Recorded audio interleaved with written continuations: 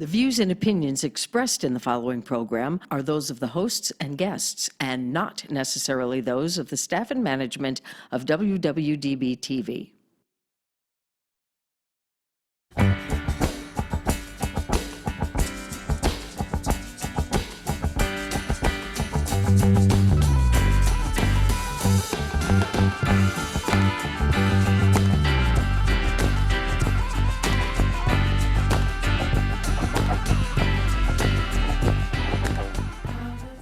Hey, welcome back everybody to Doing It with Styles. I appreciate you coming back every week and watching me, all 6 of you of my viewers. I'm really, really happy, and the checks are in the mail.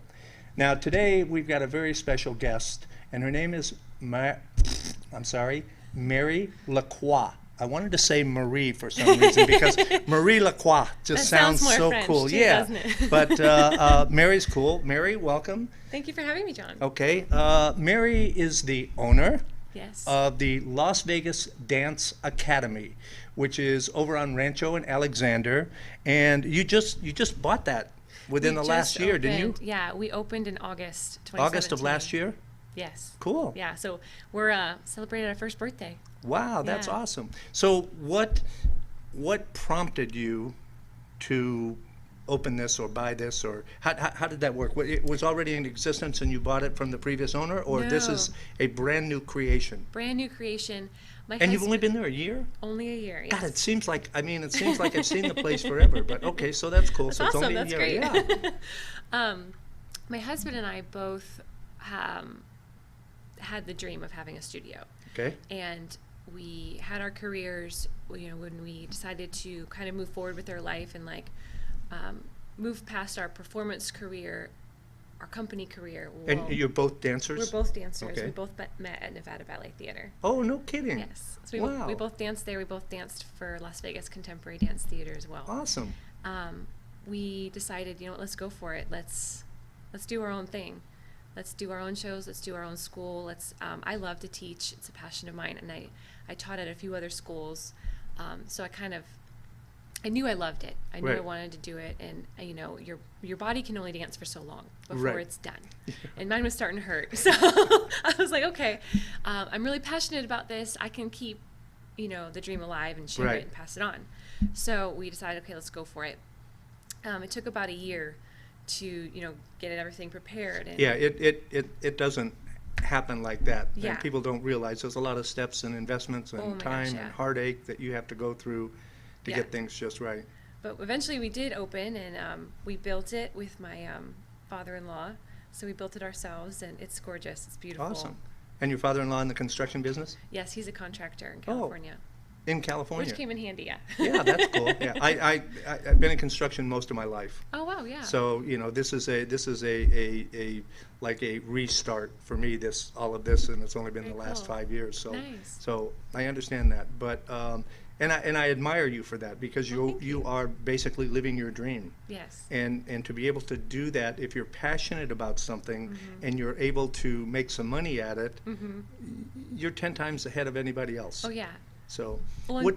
Go ahead. I'm I sorry. was just gonna say, being a dancer, my whole life, I'm used to living my dream too. I'm kind of spoiled that way. So I was Right. like, I can't just go to some 9-to-5 job. That's not me. I have to do.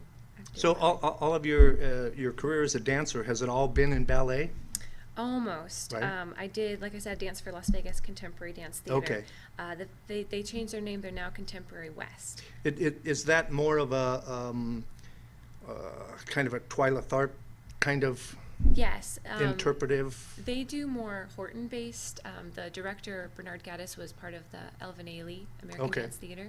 So they performed some of Ailey works, some... Did it surprise you that I knew that?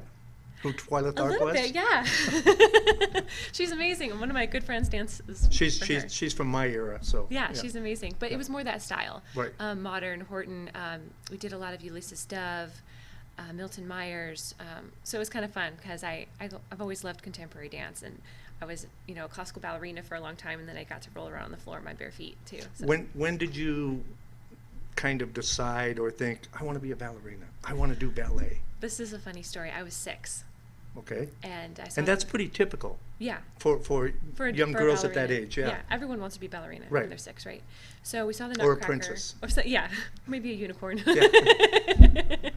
So I saw the Nutcracker. I'm from a really small town, like itty Where's bitty that? tiny, Marine City, Michigan. Oh, wow, okay. It's like way up. It's on the river. It's the middle of nowhere. You got to know you're going there. But there was a Nutcracker, like a community Nutcracker nearby. So my parents took me, and the minute I went home, I said, "That's what I want to do." And they were like, "Oh, it's so cute." Yeah. I said, "No, I'm serious. Yeah.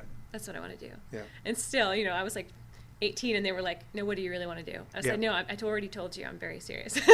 Oh, that's good. So yeah, I knew. I caught the bug, and I was like, I have to do this. I love this. What do you enjoy most about performing? That's a good question. I love moving people, taking them to a different place, whether it's joy, whether it's pain, whether it's like conjuring up an emotion that you didn't even know you had. I love sharing this art form with people because it doesn't matter what language you speak, you can move them.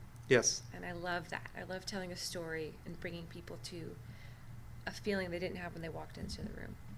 That's absolutely awesome. Now, what's the worst part of performing? What's the part that's that a you good hate the question, most? When it's over. Probably. It has to end and you have to go back to reality. So do you find that while you're performing or while you're on stage or when you're in the middle of a performance, are you gone? You kind of transcend. Yeah. It's like you're somewhere else. Yeah. You're channeling or Yes. something. Yeah. Yeah. Cool. Definitely feels like that. And so you decided you wanted to share that with other people Yes. in the form of teaching? Yes. I'm passionate about kids. I love working with kids. Go ahead, I'm sorry. No, you're good. I love teaching them. I'm so passionate about it, and I get excited. I want to share everything with them. Right. That's the hardest part. Is you have to go one step at a time. I'm like, I want you to experience everything that you can experience. Yeah. Okay, but first we have In the first week, yeah. First we have to learn plie. Right. So what age groups do you normally work with, or most commonly, what do you find are the age group that it most commonly comes to the studio? The most common age group we've had is like the 8 to 10 beginners. Right. But we also have a huge group of what I call my babies, the 3 to 5-year-olds. Oh. They're adorable, so cute, and they're full of so much joy. It's just infectious. It's amazing. That's awesome. So we range from ages 2 up to my oldest ladies are in their 70s. Wow. So we do everything. We do That's every awesome. age. And we specialize in ballet, but we also teach contemporary and modern and jazz. We're bringing tap in today. It's our Oh. first day of tap, actually. I'm super excited. We also have a progressive ballet technique, which is like a new, almost like Pilates meets Right. ballet training. What else? I'm trying to think. Oh, and hip hop. Of Oh, course, you have to have hip hop. really? Yeah, we do everything. Is that because is that personal, or it's just something that you felt like, okay, we've got to have this because it's popular, or is it something that you just decided, I want to do this too? I want to do everything. Yeah. I don't teach hip hop or tap. I'm horrible at those. Absolutely wretched. But I think as a dancer, you want to expose or as a teacher, as a dancer, you want to be exposed to everything. Right. You want to learn everything because I didn't know I loved contemporary dance until I was exposed to it. I was like, oh, I'm a classical ballerina, and I was like, wait a second, no, I love this too. Actually, I might love it more now. Right. You know what I mean? So you don't know unless you're given the exposure to it. So I like to expose them to everything. So what do you feel like when you have a little 6-year-old kid that comes in and their first day, and you're working with them, and the first time you see them successfully perform a movement or a step that you have taught them? How does that feel? Awesome. They're excited too. Yeah. That's the best thing about this age group. They're just so excited. Look, I did it. Yeah. They're like, did you see that? Did you see that? And of Yeah. course, there's like 20 of them like, did you see that? I saw all of you. Yeah. I promise. That's why we have mirrors. But it's awesome. They're so excited. And I just had a new 3-year-old. I have to share this story because it's so cute. She's a friend of mine that I work with at a restaurant, her daughter. And she was ridiculously excited. She walked in, and the first thing we do is we point our toes, and she's like, I'm pointing my toes. I'm pointing my toes.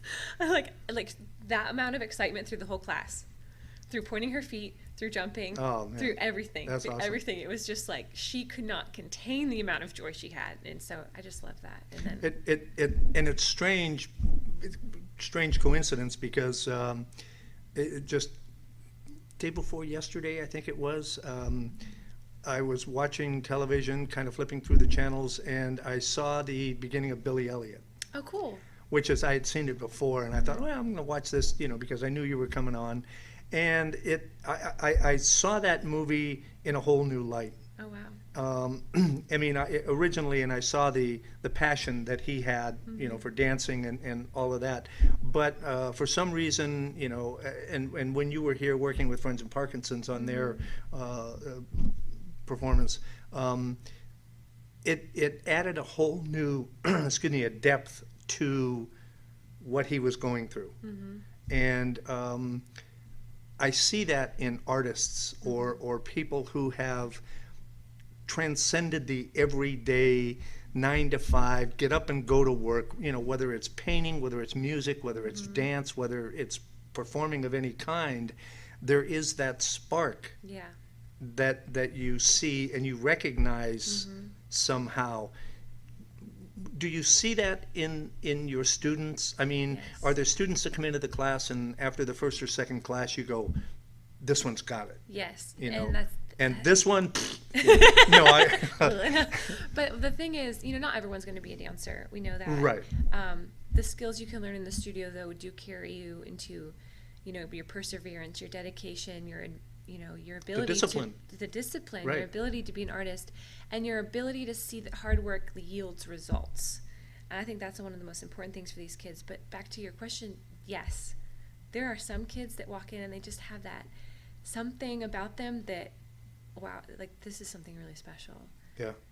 When my boys were growing up, I coached Little League, so there was a number of years, and it was like all those kids become your kids. Yes, yeah, I call them my kids. Yeah, and to see them, like catch a fly ball for the first time, or the first time they get a hit, or the first time they get on base, or Yeah. all of those little milestones, and you see them develop, and the same thing, you can see right away there are those kids that they've got it.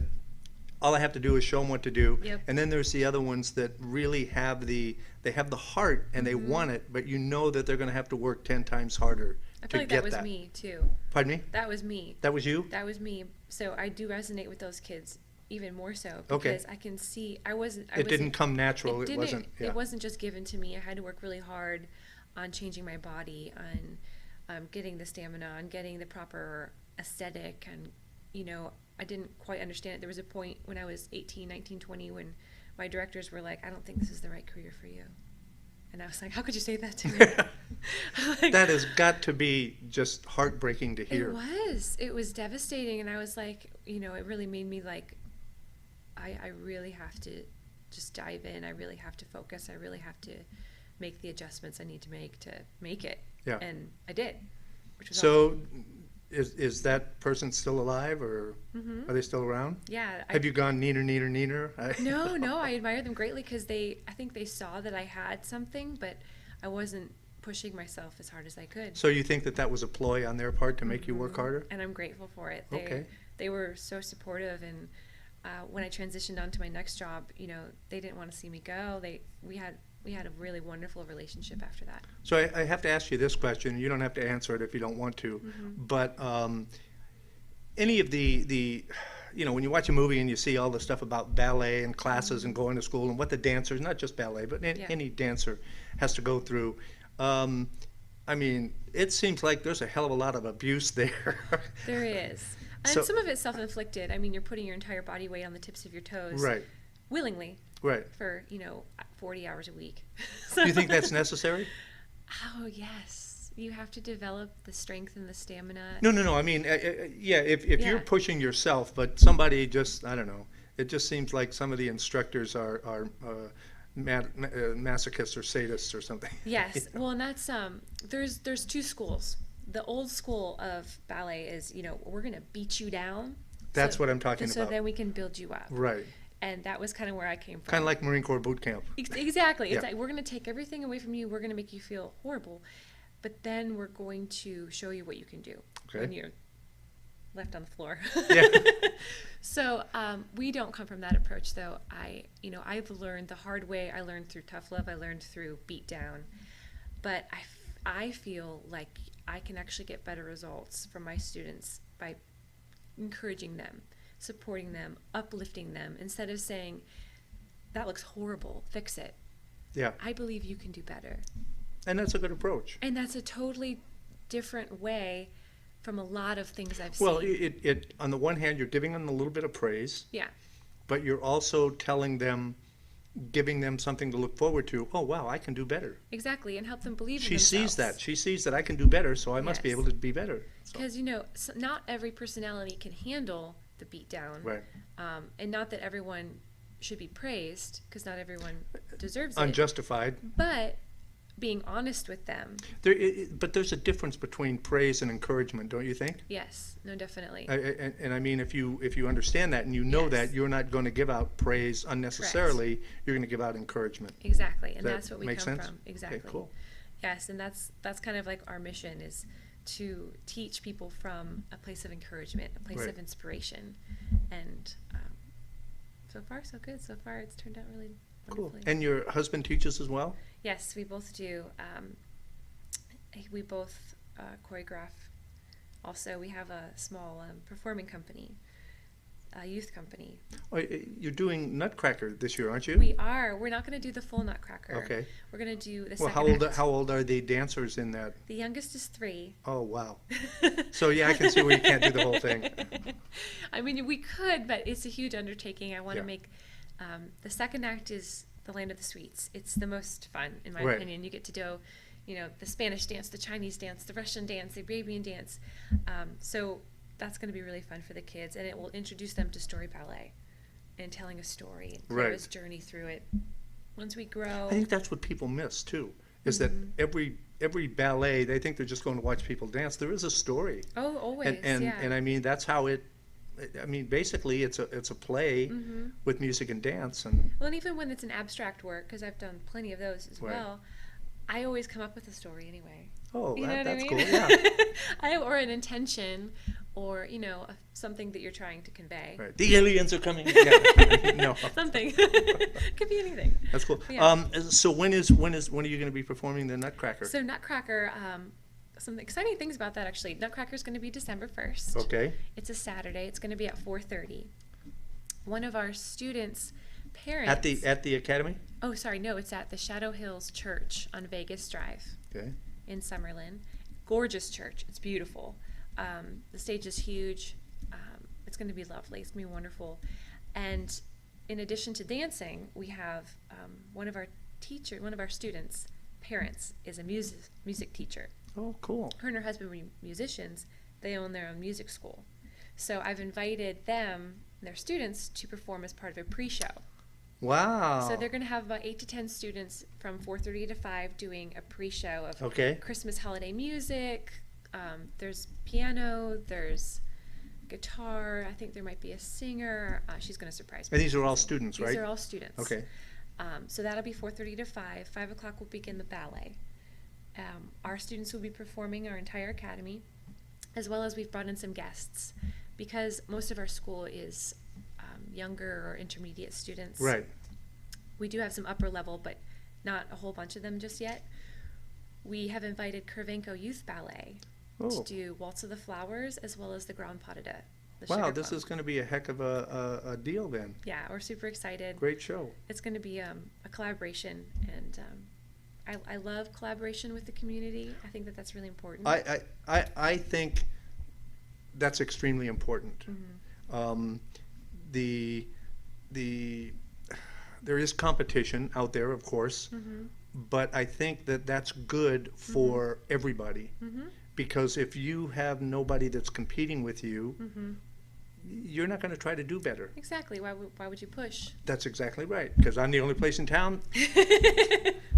But if you know that you have some competition, you Yeah. will try harder. You'll try to do a little better, and I think that lifts everybody up Exactly. and gets everybody interested. And I think that this is a great concept because you may have people that are there just to see the dance, Right. but they're exposed to the music, they're exposed to other venues or other media that who knows where that Yeah. could take them. So And because the Nutcracker is usually strictly ballet, right. but we teach more than just ballet, there's going to be more than just ballet in the show. Oh, cool. So we do have some hip hop that'll be in So the this show. is and your jazz. interpretation of the Nutcracker. Yes. And you and your husband choreographed this and Yes. oh, all right. And normally we would dance the Grand Pas de Deux. This is the first year we're taking a seat back Ah. to give the youth more opportunities. Right. Kind of take more of the director's seat and the all-seeing eye. But speaking of competition, I want to go back to that because Please do. I think that being in the ballet world for so long has actually taught me healthy competition also, because And I like that, healthy competition. yeah, it can be wonderful for you. One of my best friends at the ballet, we were always in competition with each other. They always pitted us against roles. It was always like, she got it, she got it, she got it, she got it. But we learned from each other, and we supported each other, and we congratulated each other, and we both grew because we were inspired by each other, That's awesome. which I think was such a And better you were way friends? to go. We were really good friends. We were Yeah. roommates. Still Oh, to this awesome. day, she's a really good friend of mine. Which is, I think, what I want to encourage my kids to do too. Don't say, oh, my little ones always go, I won. No, everybody wins. Yeah. It's not about winning. Like, we can all win. Yeah. You know what I mean? There's no trophy. We don't give out trophies. Well, and that's it. That if you change their focus into, I'm not competing against you. I'm competing against me yesterday, Exactly. and I'm working towards me tomorrow. Yeah. And that's the competition that I think is most fruitful. For me it is, because I even around here at the studio, I'm always looking at, okay, I learned how to do this now. Yeah. How can what's the next step? What can I learn Exactly. that makes this better? You know what I mean? And keep that's- growing. Yeah. Yeah. And I think that was inspired in me when I was a kid, when I was young, because of some of the people that I had that were teachers or mentors or, that you don't always realize are teachers or mentors. Right. And so that's awesome. And to be working with kids, look, it's that's our future. Yeah. And we have to, with the political climate that the way it is, and the budgets that have been cut, and all the arts and stuff that is being pulled from the schools, Yeah. is tragic. It really is. It's absolutely tragic. And that's, how can you have a well-rounded individual if they're not exposed to Culture. culture art. and art Yeah. and music and Yeah. I mean, when I was a kid in school and I got into the band and the first instrument that they handed me was a clarinet. And I wanted to play the drums, but no, you're gonna play the clarinet. That's what we got. And after a week, the instructor came back and said, "No, that's not for you. Here, get try your this. drums? Try a trumpet." No. So I ended up playing the trumpet, and I really enjoyed that. But Oh, the nice. clarinet, I could not get anything out of it except wee, and it was just, I wasn't capable of. It just didn't fit my head. Right. But the trumpet, it only had 3 keys, and I could, like that, and I could make that work. So if he hadn't, I probably would have. If he'd have made me stick with the clarinet and beat it into me that you're going to learn this, that would have been it for me. Yeah. But it did give me an appreciation for music on a different level. Oh, I yeah. love music, all kinds of music, most all kinds of music. But I probably would not have had that, because when I listen to music, I can hear all of the instruments. That's amazing. And I yeah. can hear the vocals, and I can hear the bass, and one of my favorite songs, which is really weird and probably way too old for you, is called "I Can See Clearly Now," and I love that song. and I love that song because of the French horns. Oh, wow. I think the French horns have such a rich, just awesome sound to them. Yeah. And when they come in, it's just like, whoa. So anyway, I'm sorry, enough Well, about that's me. awesome. That's awesome. And if you're not exposed to that appreciation, you don't get that excitement. You don't see all Yeah. the layers. The same way with like classical ballet music. A lot of people are like, oh, I don't really know. It all sounds the same. But, well, then learn. But it Because it's not. it all sounds the same if you're not listening. Right. And you have to listen. Right. And classical music and there was a great movie that came out, I don't know, 60s or 70s, I think, and it was called American Pop. Mm-hmm. And it was done by filmmaker Ralph Bakshi, who did the first the first Hobbit movie. Oh, cool. And it was an animated film. Mm-hmm. And his method was he would have actors act out the part, and then he would animate the film. Oh, wow. So the American Pop, you can get it on DVD, is basically the history of music. Wow. It follows how music developed by following one family from the Russian Cossacks, when they were Mm-hmm. run out of Russia, until modern day. Oh, wow. And how each generation had taken that piece of music from the generation before, changed it, improved it, or made it different, Mm-hmm. and how it developed along the way. Wow. And it was one of those little kind of, movie that nobody really pays much attention to, but the work behind it and the whole concept was like, gives you a whole new appreciation for where we are today and how we got here and how ballet has developed and things like that. So, I highly recommend it. It's called American I'm gonna Pop. check it Go out. out and get it. It's on DVD. You'll be glad you did. And if you like cartoons, you'll be even happier. And it used songs that we all know. Oh, cool. And grew up with, and from Dave Brubeck's Take 5 to Janis Joplin to Wow. just right up until that period in time. So I can imagine what it must be like for you to go into the studio every morning, knowing that you're going to have a bunch of kids in there, and I can kind of tell that you still have that enthusiasm for what you're doing. You're not Oh, yeah. burned out. So We're doing a lot, but not and hopefully that'll never happen. Hopefully Right. you'll maintain that enthusiasm and Well, I tell my kids this because they come in there from school and they're exhausted and they're tired. If you give, you get back. right. I give and I give and I give, and I walk in there sometimes at the end of I start teaching around 4, and sometimes I'm exhausted already because it's been a long day. But I give, and I give more, and I give more, and I give more, and by 8 o'clock, nobody can keep up with me. Yeah. Because I have gotten the energy back. Well, and that's just it. You're getting it reciprocated from your students. I mean, in most cases, and if you're not, you're going to get rid of them. No, I'm just teasing. But we do have a lot coming up that I do want to share with you. Please, this is you have an audience here. Share with you. Share whatever we have you like. lots of Share exciting whatever, things. If you are interested in seeing some of the students perform, we have that performing company, Las Vegas Dance Company. Okay. And it's pre-professionals, students, and sometimes professionals. We just performed with Dance in the Desert at Summerlin Library, which is really awesome. We performed 2 of my works with professionals and pre-professionals. Wow. One of them was my commentary on cell phones and our addiction to it. It was super fun. And then another one was like a strong woman's piece. In the future, we're hoping to do Dance in the Desert all the time. It was a great opportunity to be exposed to the city and so many companies, dance companies from around the Southwest, which is Right. awesome. So before Nutcracker, which is December 1st, we are also going to be at the Renaissance Festival, the Age of Chivalry. That's So excited. so cool. That is so cool.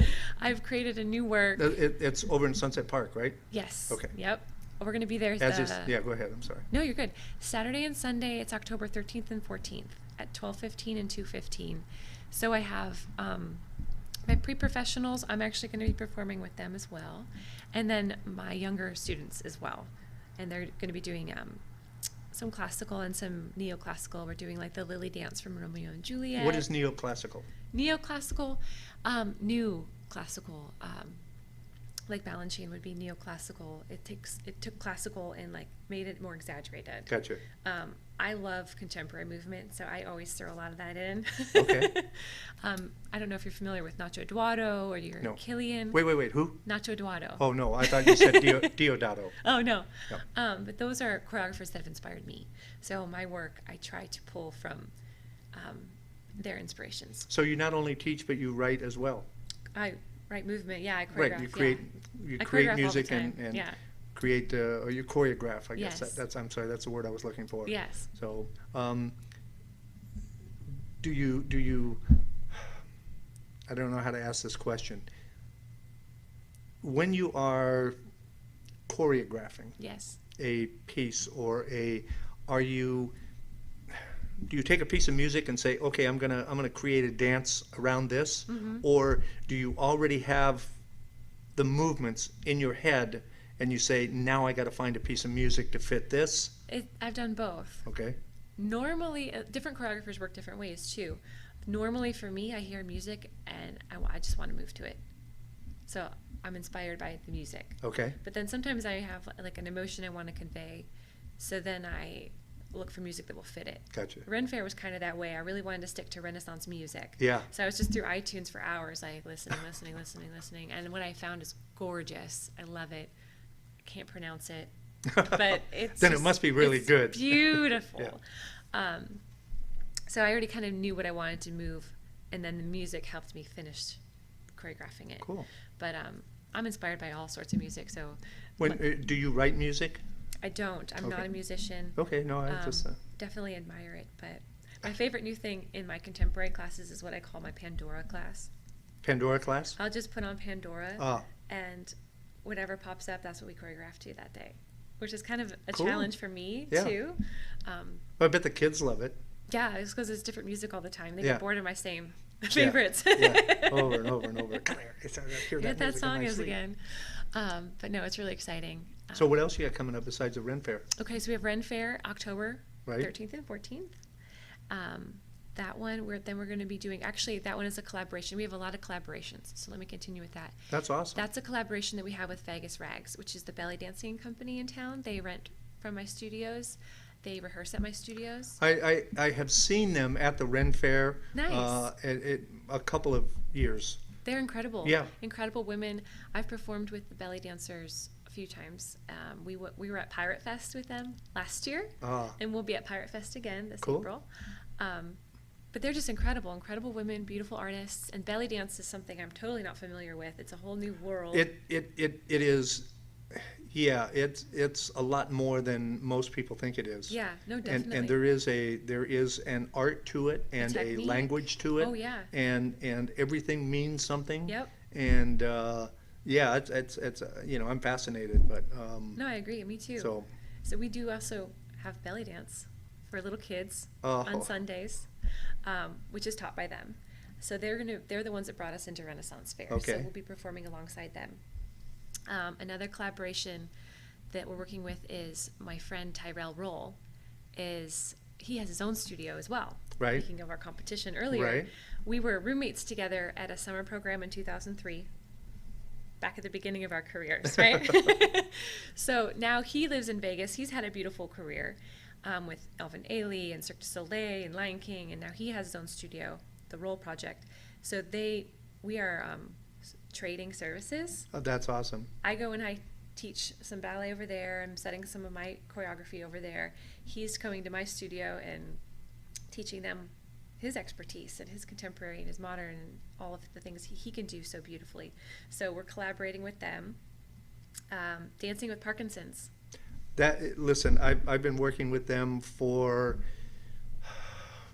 2 or 3 years now.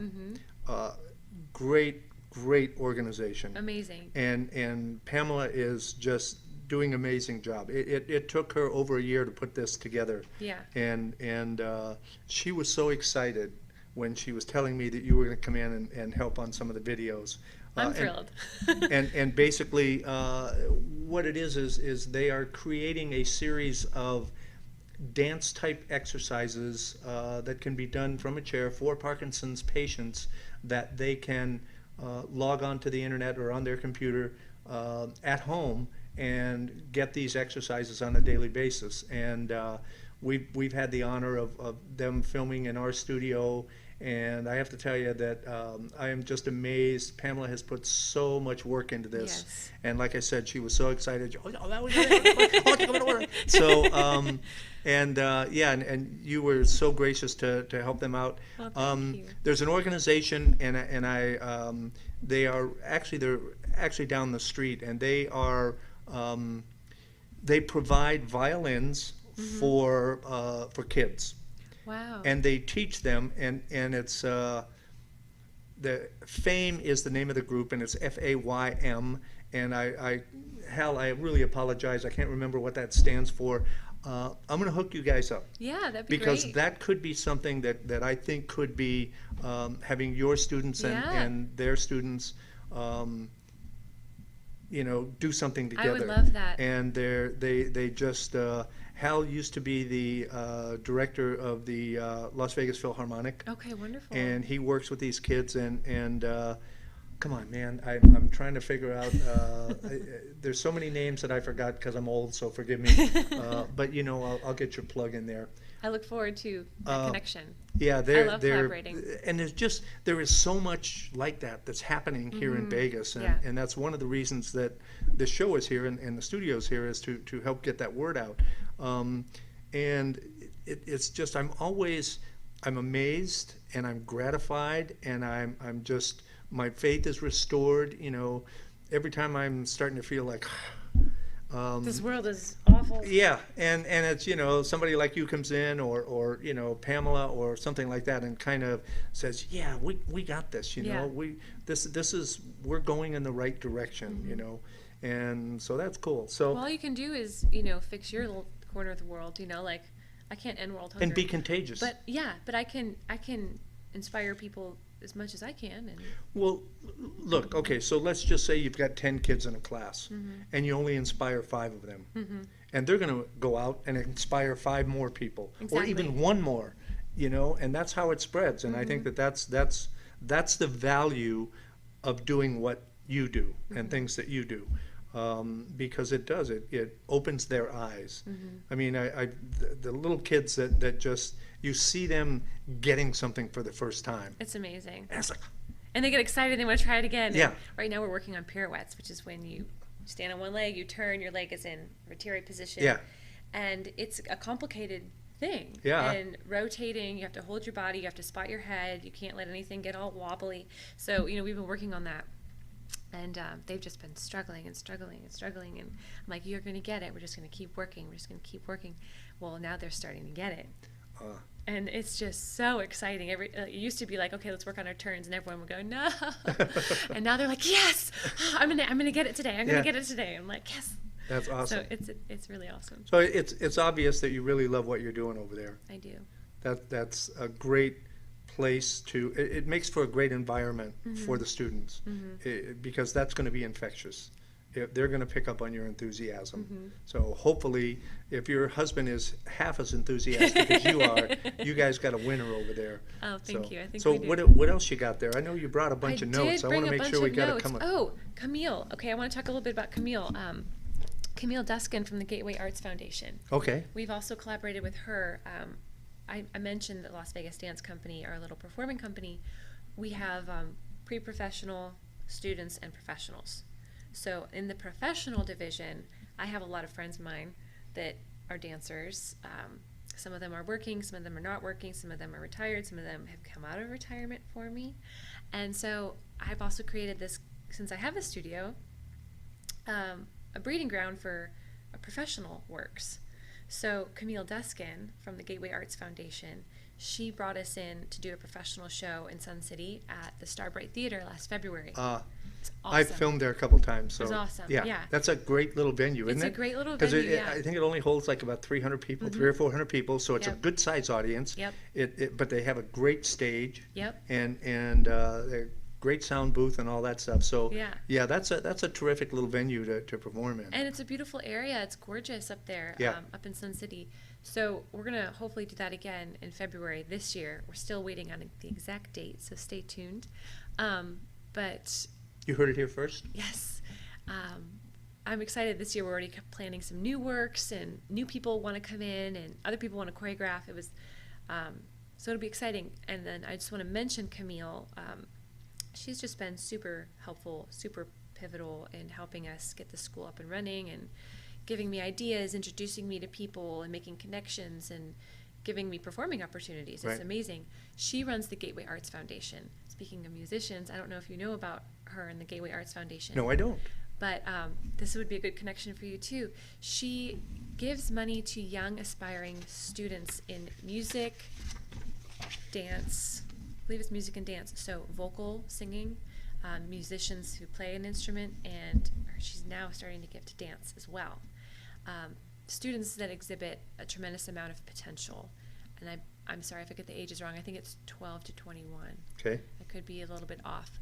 But, you know, Gateway Arts Foundation, you can look at her website. She's accepting applications for scholarships now.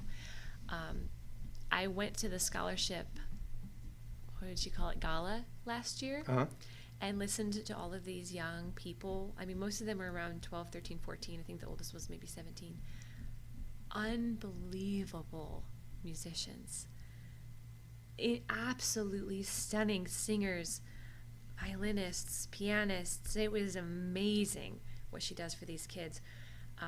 So definitely check her out, and I'm super excited to I be absolutely working will. with I'll her. get her contact info after Definitely. the show, yeah. Well, with the professional company, we're performing in Sun City in 3 weeks, actually, for a private venue for her. So Cool. that's another one that I definitely had to share with you. And I think I went through everything else with you. A little bit about my husband and I, where we did dance, because I don't think I actually mentioned Yeah, it. no. And I was going to ask you Yeah. when you got through all of your stuff. So I wanted to make sure that you got everything covered Thank you. that you had wanted to get covered here. So tell me about you and your husband, how you performed. And So like I said, we both met at Nevada Ballet Theater. We both danced there. Before Nevada Ballet Theater, I was with the Nashville Ballet in Tennessee. Really? Yes, and Wait. Nashville has Nashville? a ballet. Yes. Wow. They're beautiful. They're beautiful. They're lovely. I loved Nashville. It was awesome city. Vegas is becoming a little bit more local. You know, when I first got here, I was like, I left Nashville, which is everything's local and everything's fresh and everything's new and everything's, eclectic, and then everything here was Starbucks. Yeah. And I was like, okay. But it's getting much better. Yeah. Before that was Austin, Texas. I danced for Ballet Austin, not the main company. Austin is the live music capital of the world, isn't it? Well, Nashville and Austin both claim to be the live music capital. So I went from one to the other. Yeah. But yes, I think one's the capital of the world and one's the capital of the country. There you go. But wait. How can you be the capital of the country and not be the capital of the world? I don't know. Oh, yeah, anyway. But they both claim But to yeah, be. they both claim to be that, so okay. So We should start some kind of a competition I there. know, right? you know? Who's the actual capital? But I was really blessed to be surrounded by incredible artists, both cities. So I went to Ballet Austin, Nashville, came here, met my husband. We both danced here. Then we went to the Modern Company, Las Vegas Contemporary Dance Theater. Then we decided, let's freelance. Let's just do our own thing. So we guested with Santa Barbara Festival Ballet. We guested back in my hometown for their Nutcracker. We guested for... Wait. So you went back to your hometown and performed Nutcracker, performed Sugar Plum at the Nutcracker that where you inspired first me. saw that inspired you to get into the business. Yes. That had to have been just That was an awesome. awesome treat for you Yeah. and your parents. Yes. And my friends, I mean, no one has ever seen me dance. I'm from Michigan. Like, Yeah. nobody flies out to where I am, Yeah. know. And my dance teachers were able to see me dance for the first time as a Oh, man. professional. It was awesome. Yeah. Yeah, it was really cool. My husband was my partner. So That- that was really cool. Just, yeah. Talk about a fairy tale. Yeah. So you guys should write a ballet about your life and experiences. We should, actually. We could. That would be fun. So we guested there, yeah. And then we've also done a lot of guesting with Career Transitions for Dancers, which is a derivative from the Actors Fund. Right? They have a gala in New York City where they raise money every year. And we performed with them twice. We actually got 2 grants from them to open our Cool. studio. So that was a really amazing collaboration. And then also Capizio. Capizio's they had just celebrated their 130th anniversary. So we were part of their celebration at the Smith Center this past May. Wow. So you got to play the Smith Center. Oh, yes. Do you like it? I love that stage. I mean, I danced on that stage with Nevada Ballet. Was that the big stage, or was that Big the not the little jazz, The big cabaret one. jazz? Yeah, not there. The Okay. big one. Cool. I love, it's beautiful. Sometimes it's too big for, I think, some concert dance. Right. Because I think some concert dance should be small. But the big ballets, big production, it's absolutely stunning. It's a beautiful stage to be on. I've been very blessed to be on it. Cool. A lot. So, any plans to perform at Carnegie Hall, or? I performed at City Center. I performed quite a few things in New York. But, we'll see. Actually, What did you like best about performing in New York? the people that I performed with, I got to share the stage, well, not at the same time, but Misty Copeland was there. I'm sure you've heard of her. Everyone's heard of her. She's, American Ballet Theater's first African-American principal ballerina. Robert Fairchild, who's also huge in the dance world. Wendy Whalen. I mean, these are just like superstars of the dance world. And, To be in the same show. to be in the same show as them, to sit next to them backstage, to like personally congratulate Misty on her promotion, like it was amazing. And these people are so humble, so sweet. Like you would not know that they're like superstars in the dance world. So that was like so humbling to bring back to Vegas too, of like they're just people working hard just like we are. Yeah. And I think we forget that sometimes. Mm-hmm. And I grew up in LA and attended Hollywood High School. Mm-hmm. So I knew a lot of famous people, lived in Palm Springs for a while. Oh, cool. And, you got to meet one of my favorites, and ask your grandfather about this. Back in this time, in the late 60s, early 70s, Palm Springs in the summertime closed down. I mean, wow. the city, all the hotels closed, all the business closed, everybody got out of town because it was too damn hot in the desert. Very few places stayed open, and one of the places was Baskin Robbins, 31 flavors. So my wife and I, we'd been married a year, maybe a year and a half. And my sister lived down there, and so we moved down there when I got out of the Marine Corps. And we went into Baskin Robbins one Sunday morning, and we're having an ice cream cone, and this older couple walks in. They order an ice cream, sit down next to us, and, we're just sitting there and shooting the bull, and we talked for probably 30, 40 minutes, and they got up and left, and my wife says to me, "That old guy looks familiar, who is that?" And I go, "That was Red Skelton." Oh, no way. And, oh my God, and he just sat there and just talked to us, and we just talked about, all kinds of stuff. And he's also an artist, and he painted clowns. Oh, cool. And so anyway, we talked a little bit about that, and never really acknowledged, "Oh my God, you're Red Skelton." Yeah. And I'm sitting there trying to be cool and not all geek out and fanboy out, And so it was just a perfect example of, what a really nice human being he was. Yeah. And I had that experience with a lot of people in That's the awesome. industry. But about maybe 25 years later, I'm back in Palm Springs visiting my sister, and I walked into, remember the Gap? Okay. So I walk into the Gap. Here's Red Skelton. Again. And he's standing there, and he was quite old by this time. And he had long gray hair, and he was Red Skelton. And so I walked up to him, and I reached out my hand, and I said, "Oh, Mr. Skelton," I said, "you probably don't remember me, but we met in Baskin Robbins, down on Indian." And he goes, "Oh yeah, I remember." Oh, wow. And I must have had this look on my face, and he goes, No, I'm sorry, I meet so many people, I was just messing with you. And I told him, about my experience there, and he goes, "Well, I'm glad." He said that, that's what I've always wanted to do with my life is make people laugh and make them happy. That's I go, "Well, awesome. you sure did it for me." So, so it's cool that those people, I know there's some assholes out there. The world has them. Yeah, but We can't escape my them. experience has been, most of them are pretty damn cool. Yeah. And it's great that you can have that experience to meet those kind of people that are a little bit of your hero, and Yeah. so. Well, and the ballet is all about blood, sweat, and tears, and you have a bond with these people that if they've been through, because you've been through it too. And I have to ask this, and this never made any sense to me, okay? The first thing that we think about when we talk about ballet is dancing on your toes. And all of your body weight, I mean, Yes. you are literally dancing on the Yes. tips of your toes. yes.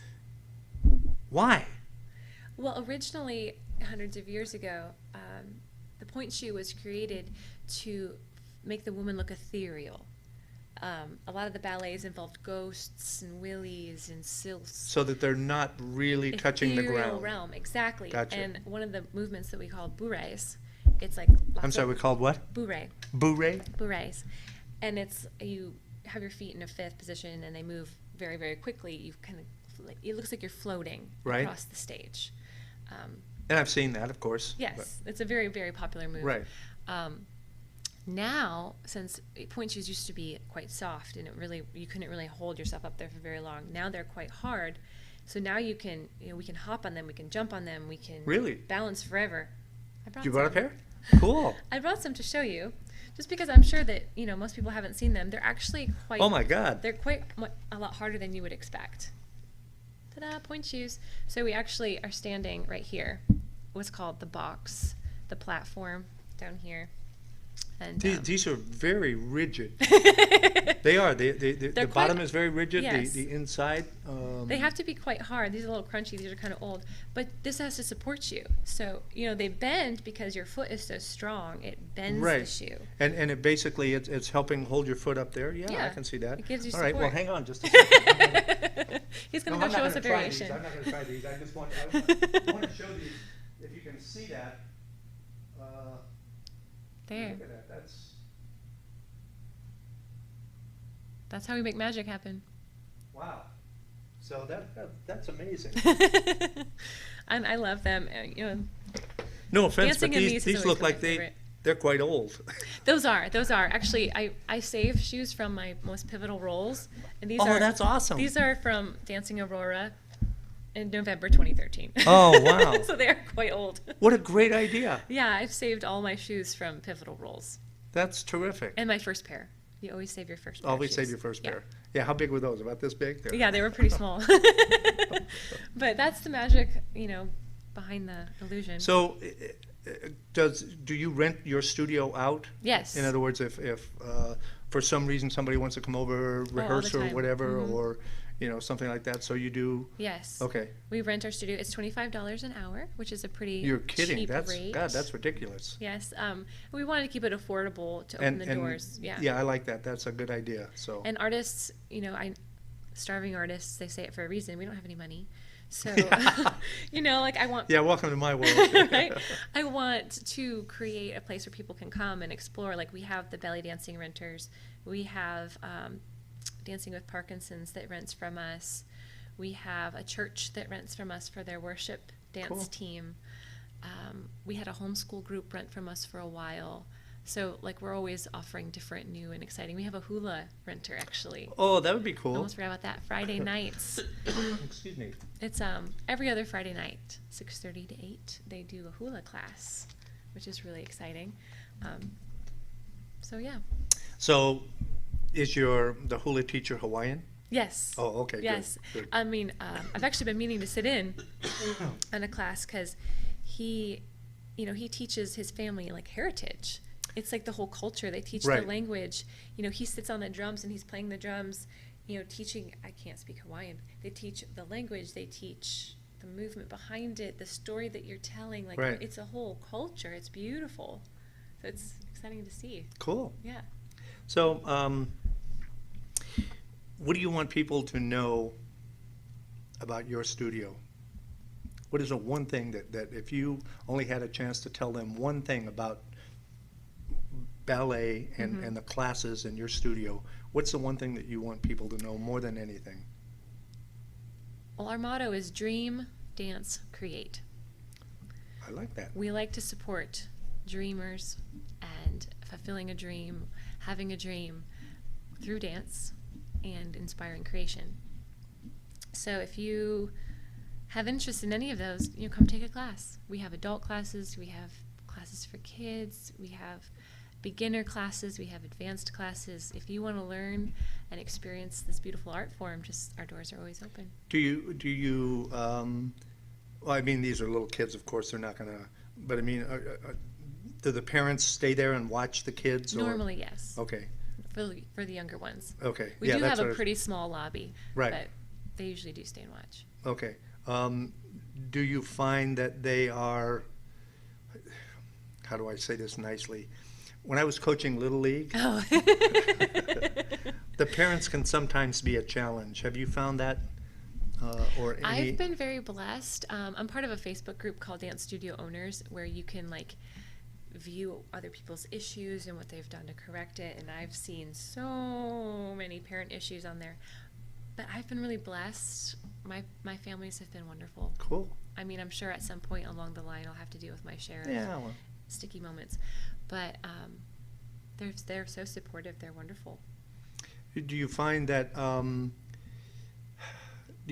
the kids get discouraged easily, or just say, I don't want to do this anymore? Or, Sometimes it depends. do you have a big turnover? Or We haven't, knock on wood. okay, yeah, Yet. good. And we're getting new people all the time. We do have a Groupon out. Oh, If okay. anyone wants to try classes. And if you get a hold of Mary over there and you mention that you saw her on WWDBTV, she will give you 90% discount for the first 3 years. No, that's not Or true. something like that. That's not true. I made that up. That's all a lie. And she didn't know anything about it. So, it's. Do you have like this can be an investment for parents, and when I say an investment, I'm not talking about it's going to pay off at some time in the future. I mean that not everybody can afford this. Right. Do you have like an introductory class, or look, you come out for 2 classes, see if it works for your child, or if you like it, or if they like it, if it's going to work for them, rather than Committing to something. Yeah. Long term that is not going to work out. Well, the Groupon is definitely that. The Okay. Groupon, you get 4 classes for $30. Wow. So adults can use it or kids can use it. There's 2 different ones. So for $30, you can just try and see if you like it and see if it works for you. And some parents decide not to. Yeah. Or some kids decide, hey, I want to try soccer instead. Like, that's totally normal. I say, just go ahead. If you ever want to come back, Right. my door's always open. I'm never going to be like, well, they didn't choose me, so, Yeah. Like, no, like, go explore. You know what I mean?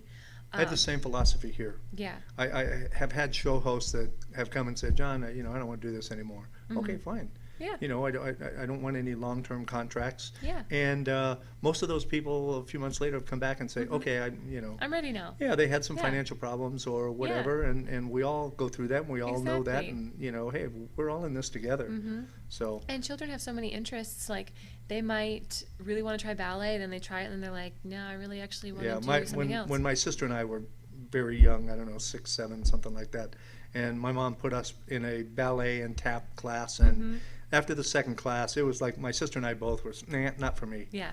Which is totally fine. Yeah, But it and- might strike a chord with you. You might Well, love it. and I mean, we both. She ended up going into some modeling classes and schools, and and I got into some music, and so we found different areas that were more interesting to us at that time, and so yeah, it's not cut out for everybody. Exactly. And do you have any conversations with parents that look? Your kid may not like this. This may be your dream for your little 6-year-old daughter to become a prima ballerina, but I may have to in the future. I don't have anyone that seems forced to be there Okay. right now, but I know that happens with other studios. I'm really blessed. My kids, actually, one of my teachers, I do have a couple other people that help me teach throughout the okay. week. I was going to ask you about that. Yeah. I teach almost everything, but Marlena Bugler, as a young lady in town, she teaches a little bit of ballet. She teaches the hip hop and the jazz. Lovely, lovely young lady. Her dad teaches my open adult ballet on Wednesday nights. Cool. So Marlena was saying, I teach a lot of other places. She teaches in Arizona. She teaches throughout Vegas. She was like, a lot of other studios, the kids are, I don't know if I'm going to stay. I don't know. She said, your kids love it. They love it here. Yeah. That's great. Which was great for me to hear. I was Yeah. like, I hope they love it here. Yeah. I love it. Well, you don't want them wasting their time on something that it's not. I don't know. Then it because they maybe they don't like it right now, but at some point in the future, they may say, I want to give that a try again. Yeah. Rather than get burned out and Yeah. my mom made me do that, so I got to do. Right. When I try to keep it interesting, ballet can be difficult to teach because it does move so slow. Yeah. So I try to explore different ways to teach it that keep it alive and interesting.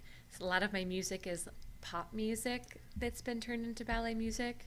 So it's Cool. They can connect to it a little bit better. They can sing along. Oh, I love this song I heard on the radio. You know, now Yeah. they're dancing ballet to it. And then I also try to, you know, progress to the center as quick as I can. Right. Because, you know, most class starts with at least 30 to 45 minutes at the bar. It's hard for kids to stand at the bar like, why am I doing this?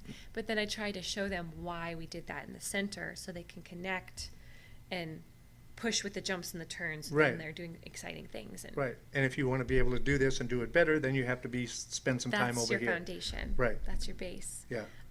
As much as I love all forms of dance, I think ballet is a beautiful foundation because it teaches you body awareness and how to connect to your body, how And to be balance. aligned, how to Yeah. be balanced, posture.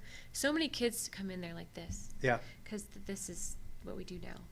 So just even getting them to do this, I'm like, success.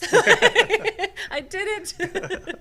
You know, if I can see them walk out taller than they came in, like that's a great Yeah. thing, you know. So what is, and this is another question you don't have to answer.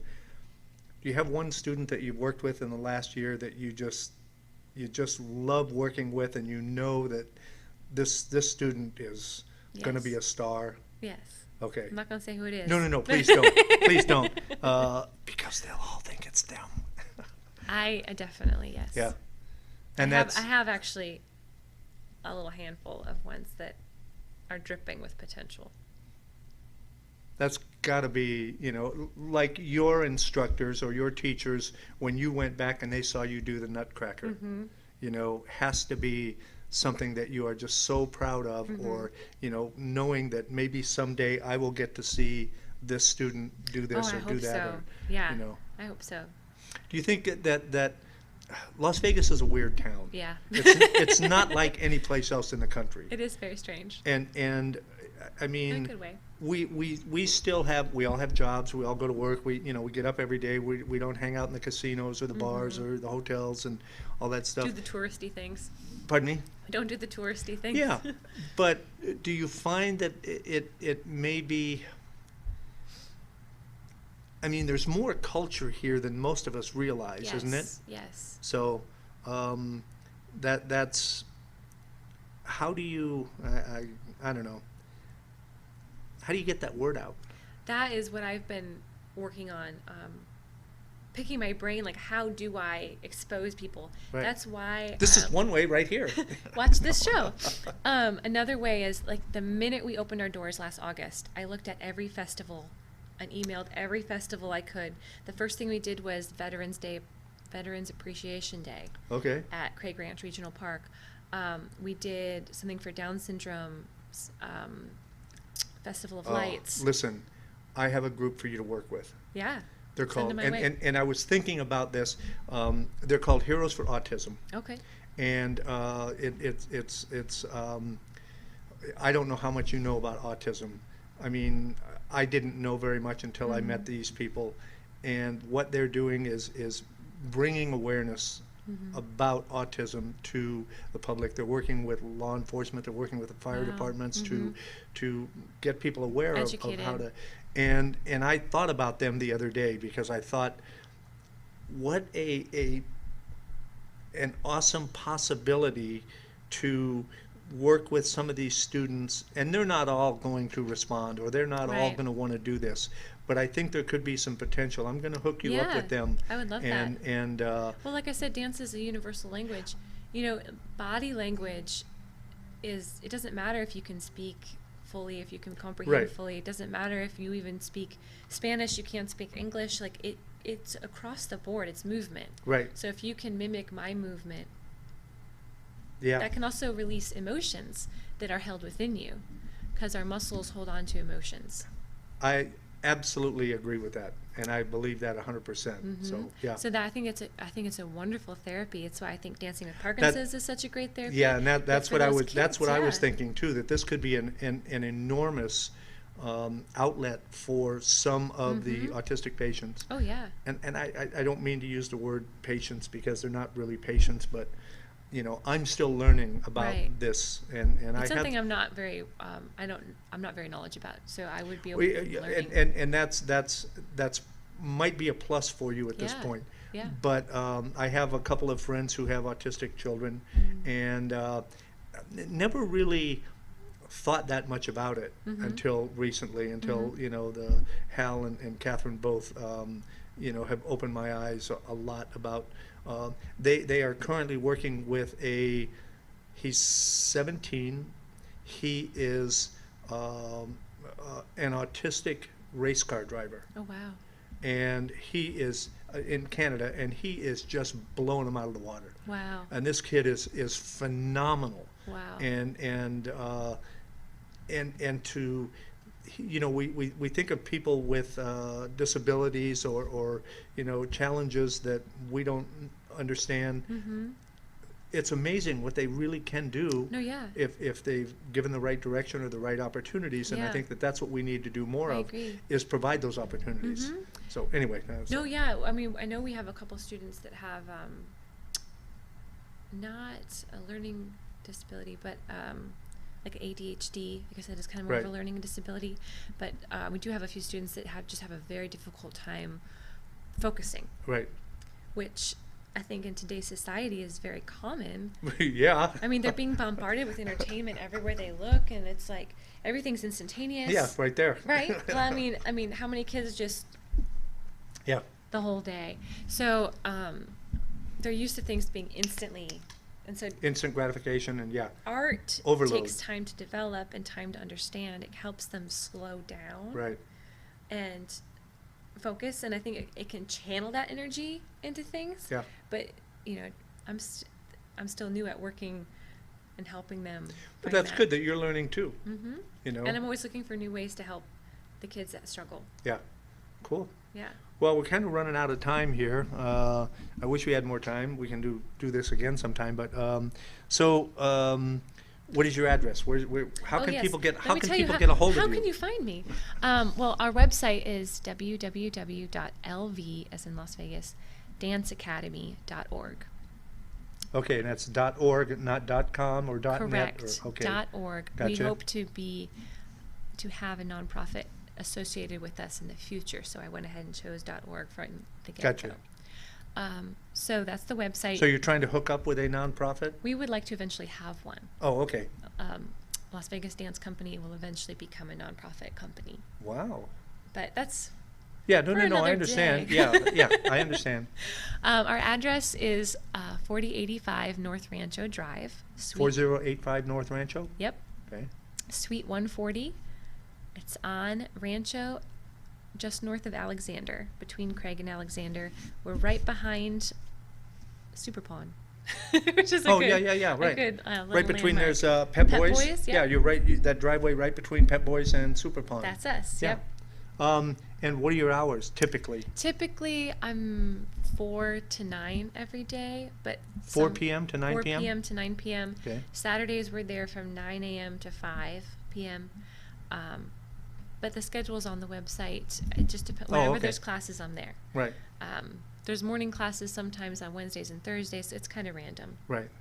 Our phone number, if you want to give me a call, is 702-840-1816.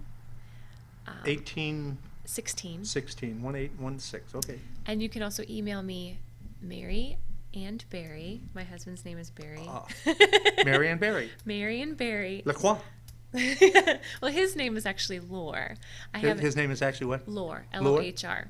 Okay. My Like Lord of the Rings? sort of, yeah. No. I could say that. So Mary and Barry at lvdanceacademy.org is my email. You're always welcome to stop by, pop in, check it out, shoot me a text. Cool. Check us out on Facebook, Instagram, and I'm always happy to answer any questions, or if you want to come watch a class before you take it, or anything you want. Well, I admire your enthusiasm. Thank you. And I noticed that when you were here with Friends of Parkinson's, that you literally gave 150%.